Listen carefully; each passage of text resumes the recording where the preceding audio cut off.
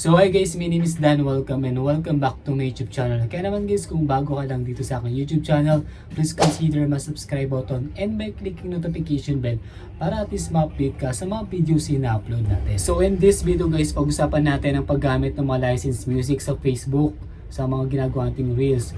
So ito nga guys, dahil meron siyang napanood, yung follower natin, meron siyang napanood na bawal daw gumamit ng mga music sa Facebook Reels.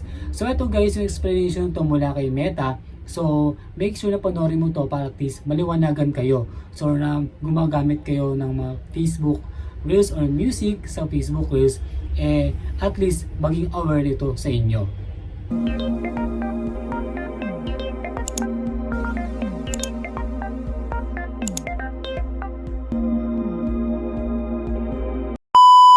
So meron nga tayong guys music guidelines kay Facebook. Sa paraan na to guys, naglalayong magkaroon ng karapatan yung mga music owners para sa mga gumagamit ng music na ito. So ito nga guys yung mga dapat natin tandaan bago tayo gumamit ng mga licensed music sa Facebook Reels. So number 1 dito guys, yung licensed music. Si Facebook at yung may-ari ng music ay nagbibigay ng lisensya parang sa gayon ay yung mga gumagamit na gamitin ang mga music nila sa Facebook Reels. So ang pangalawa natin dito guys, yung music cover. Dito guys, libre natin magamit yung mga music mula sa Facebook Reels. So tama po, libre. Hanapin nyo lang to guys sa cover nila with hashtag Facebook Reels Licensed Music.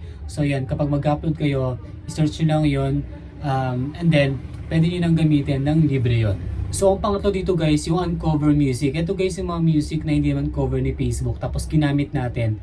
At the same time, meron nga daw licensed music na tinatawag. Posible nga yung ginamit mong music ay in-upload mo doon sa, or ginamit mo doon sa video, sa reels na in-upload mo. Posible nga ma-delete automatic yung iyong video na in-upload sa Facebook Reels mo. So ang pang-apat natin dito guys, yung time limit. For example, nag-upload ka ng mga 1 minute video sa Facebook Reels, pero yung ginamit mong music dun sa Reels 30 seconds lang.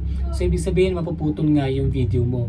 So magkakaroon ka na ng violations dito kapag medyo mahaba yung video na in time music mo doon sa ginamit mong or in-upload mong video, posible ka magkaroon ng violations. So dumedepende nga yung music license dito kay Facebook at yung may-ari ng music na yon. So panglima natin dito guys, kung gagamit kayo ng mga music mula sa Facebook Reels, gamitin kayo or gumamit kayo ng mga credits to owner. For example, maglagay ka ng hashtag, hashtag na may-ari ng music, and then yung hashtag with song title. Pwede kayo magkaroon or gumamit ng mga credits para at least maiwasan nyo yung violations o yung paggamit ng mga music sa Facebook Reels. So ito nga guys, sa mga gumagamit ng mga music sa Facebook Reels, so siyempre may mga violation yan, may mga paglabag na dapat nating iwasan.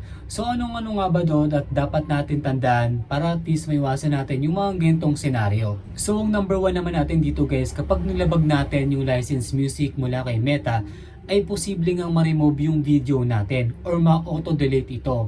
Dahil nga sa nilabag natin yung karapatan ng music ng may-ari, music owner nito, ay posible nga tayong yung ating reels na in-upload sa ating account ay posibleng ma-auto-delete. So yun ang iiwasan natin. So number 2 natin dito guys, yung suspended or ban account. Ito guys yung paulit-ulit natin nilalabag yung music rights or yung music guidelines kay Facebook or kay Meta, maaaring nating masuspindi yung account natin or ma-ban account tayo.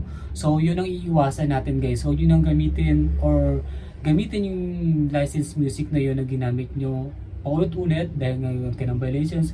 So iwasan nyo na lang yun dahil nga pwedeng masuspended or ma-ban account natin. So sayang lang kung monetize tayo, masasayang pa yung pinaghirapan natin. So ang tanong guys, pwede ba talaga tayong gumamit ng music sa Facebook Reels? The answer is yes. Pwede mo talaga tayong gumamit ng music sa mga Reels. Yun nga lang guys, may option naman talaga tayo.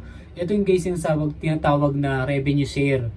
Ito guys yung mga music na nandun, yung for example, nag-upload tayo ng mga video at in-apply natin ng merong revenue share na music.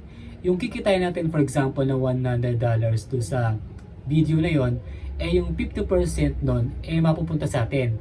At yung 50% na yon na hahatiin yon mula dun sa music owner at kay Facebook. Ganun ang hatian ng civil revenue share kapag ginamit natin yung mga licensed music sa Facebook.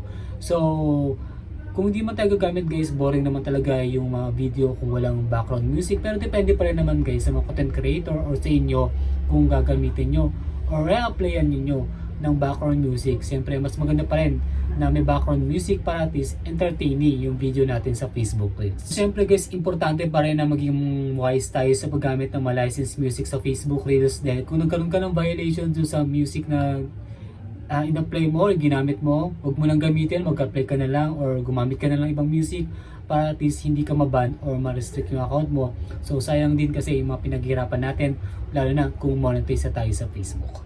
So hoping guys meron kayong tutunan sa video na to. So medyo maikli lang yung video natin, so nag-explain lang naman tayo ng konti para at least meron tayong alam sa paggamit ng mga licensed music sa Facebook Reels. So sinagot lang natin yung ating follower. So yun, see you, thank you for watching. See you for the next video.